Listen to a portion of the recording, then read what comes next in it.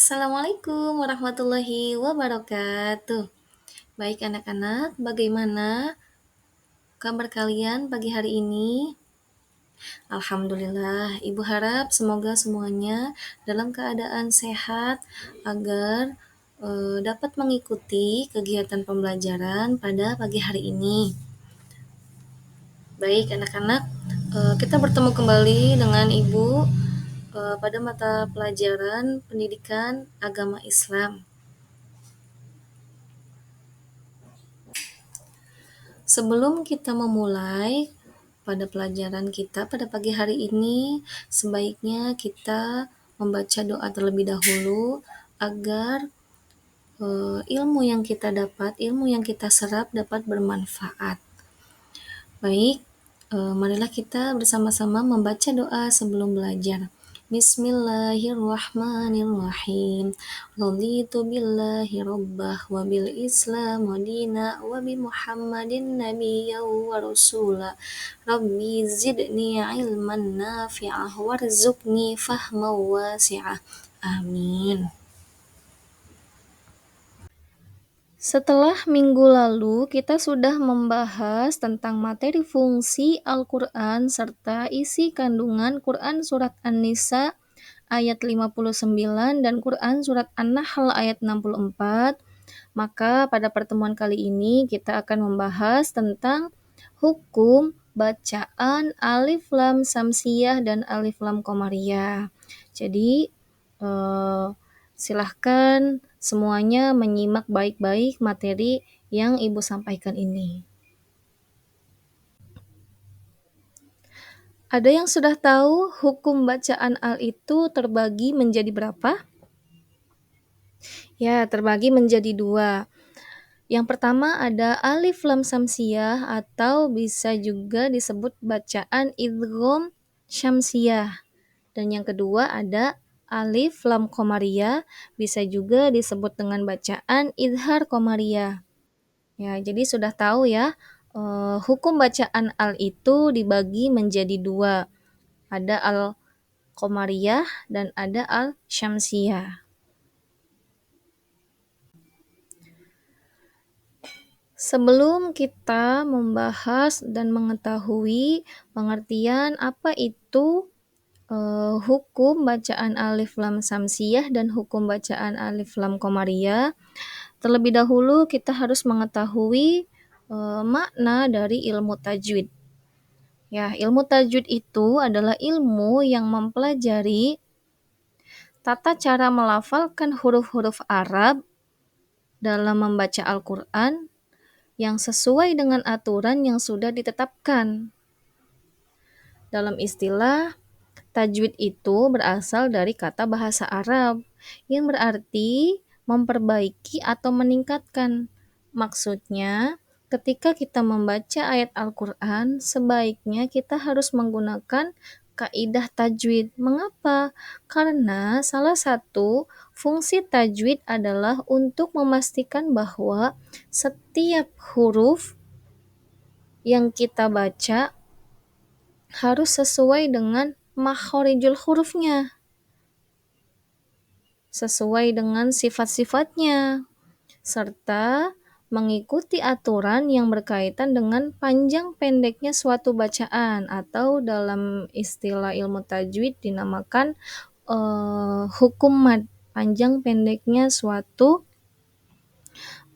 huruf ya pada ayat Al-Quran.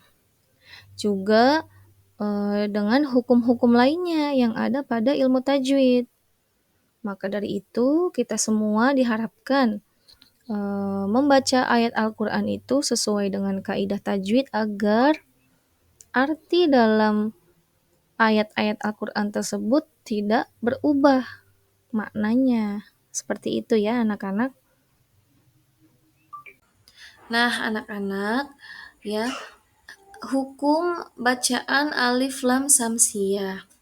Alif lam samsiyah adalah istilah dalam ilmu tajwid yang merujuk pada cara ketika alif lam pengucapan huruf diikuti oleh salah satu dari 14 huruf yang disebut dengan huruf syamsiyah. Maksudnya seperti ini. apabila kita menemukan huruf alif lam di dalam Al-Quran bertemu dengan salah satu huruf alif lam samsiyah, maka disebut hukum alif lam samsiyah. Adapun huruf-huruf alif lam samsiyah yaitu ada 14 huruf. Yang pertama ada ta, sa, dal, zal, ro, sin, shin, shod, dot, to, zo, lam, dan nun. Hukum bacaan alif lam yang kedua yaitu ada alif lam komariah. Apa sih alif lam komariah itu? Bagaimana hukum alif lam komariah itu? Nah, hukum alif lam komariah itu ketika huruf alif lam bertemu dengan salah satu huruf alif lam komariah, maka disebut dengan bacaan alif lam komariah. Dan cara membacanya yaitu dengan cara yang jelas, berbeda dengan bacaan alif lam samsiyah yang harus diidghamkan. Seperti itu ya anak-anak. Baik, untuk huruf-hurufnya sendiri berjumlah 14, yaitu ada alif, ba, ha, jim, kho, ain, ghin, fa, qaf, kaf, mim, ha, wawu, dan ya. Jumlahnya sama tetapi berbeda huruf-hurufnya. Jadi pada ilmu tajwid ada salah satu hukum bacaan alif lam, yaitu ada alif lam samsiyah dan ada alif lam komariah. Berikut akan Ibu paparkan contoh dari bacaan alif lam samsiyah dan alif lam komariah. Perhatikan tabel yang ada di layar ya.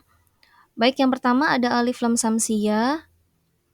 Ibu ingatkan kembali bahwa pada alif lam samsiyah ini dibacanya dengan cara meleburkan atau mengidghamkan.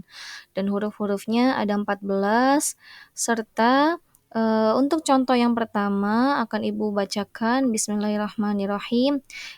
Yaumiddin. Ibu ulangi ya.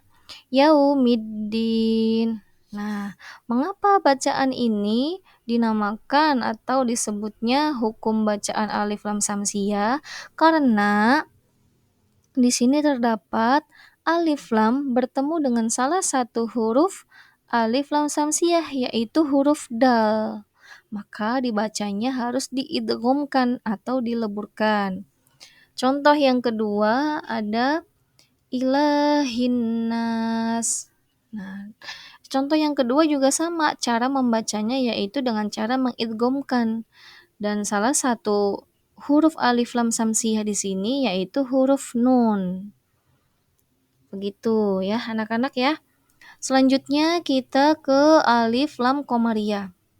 Alif lam komariah ini dibacanya jelas, berbeda dengan alif lam samsiyah yang harus diidghamkan.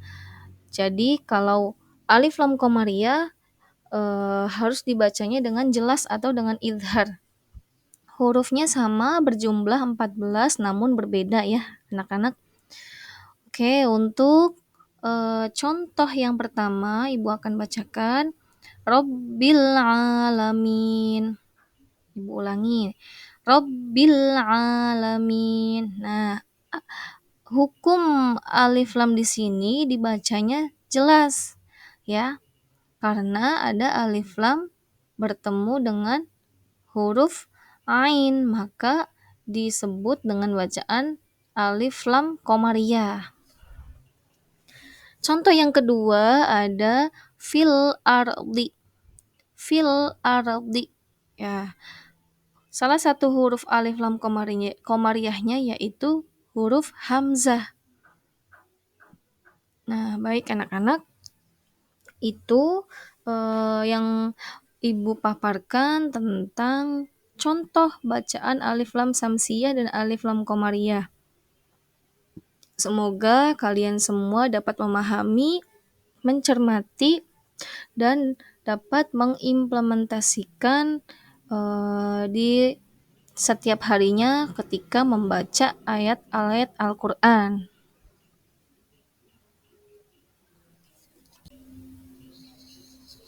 Nah, anak-anak, setelah Ibu sampaikan materi mengenai alif lam syamsiyah dan alif lam qamariyah, dan untuk memperdalam materi tersebut, kalian dapat mengerjakan soal-soal yang ada di bawah ini. Soal yang pertama yaitu, apa yang kamu ketahui tentang hukum bacaan alif lam syamsiyah dan alif lam qamariyah? Nanti silahkan kalian kerjakan di LK masing-masing.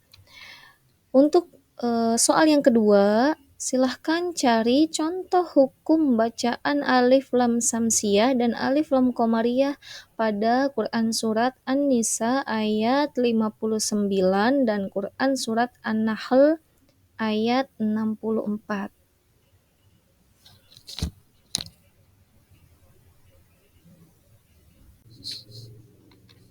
Alhamdulillah, terima kasih sudah mengikuti pembelajaran dan menyelesaikan tugas pada materi hukum alif lam syamsiyah dan alif lam qamariyah. Semoga ilmu yang kita dapatkan dapat bermanfaat dan dapat kita salurkan kepada yang lain karena akan menjadi amal jariah. Baik, sampai jumpa pada pertemuan berikutnya. Akhirul kalam, wassalamualaikum warahmatullahi wabarakatuh.